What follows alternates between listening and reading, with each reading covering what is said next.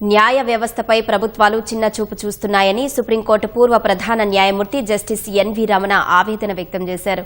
Bezawada bar association 120వ వార్షికోత్సవంలో మాట్లాడిన ఆయన న్యాయ వ్యవస్థ తిరోగమనం వైపు నడుస్తోందన్నారు.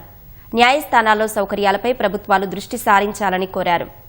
ఎంతో మంది ఉద్దండ న్యాయవాదులు బెజవాడ బార్ అసోసియేషన్ నుంచి వచ్చారని హైకోర్టు న్యాయమూర్తులు justice Nainala Jayasurya, justice Manavendranath Roy, justice Cheemalapati Ravi చెప్పారు. అసోసియేషన్లు బలంగా ఉంటే న్యాయ వ్యవస్థ అంత బలోపేతం అవుతుందన్నారు. చట్టాలు చేయాల్సినటువంటి చట్టసభల్లో న్యాయవాదులకు స్థానం లేదు. ధనవంతులు, కాంట్రాక్టర్లు, మరి మాఫియా ముఠాలన్నీ కూడా చట్టసభల్లో చేరినటువంటి పరిస్థితి మనం చూస్తున్నాం. ఇవాళ పార్లమెంట్లో కానీ శాసనసభల్లో కానీ మరి చట్టాల గురించి ఏనాడు కూడా ఒక చర్చ జరగట్లా. లోపభూయిష్టమైనటువంటి చట్టాలని మరి పాస్ చేస్తున్నారు. దాని ఫలితంగా న్యాయ వ్యవస్థలో కేసుల సంఖ్య పెరిగిపోవటం, ప్రజలకు న్యాయం జరగకపోవటం జరుగుతుంది.